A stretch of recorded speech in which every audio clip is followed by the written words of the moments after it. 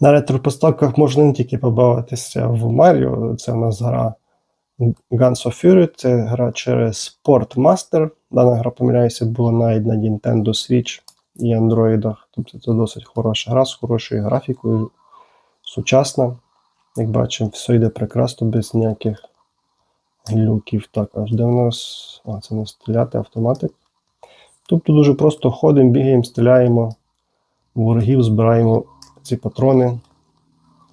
Дуже екшова гра.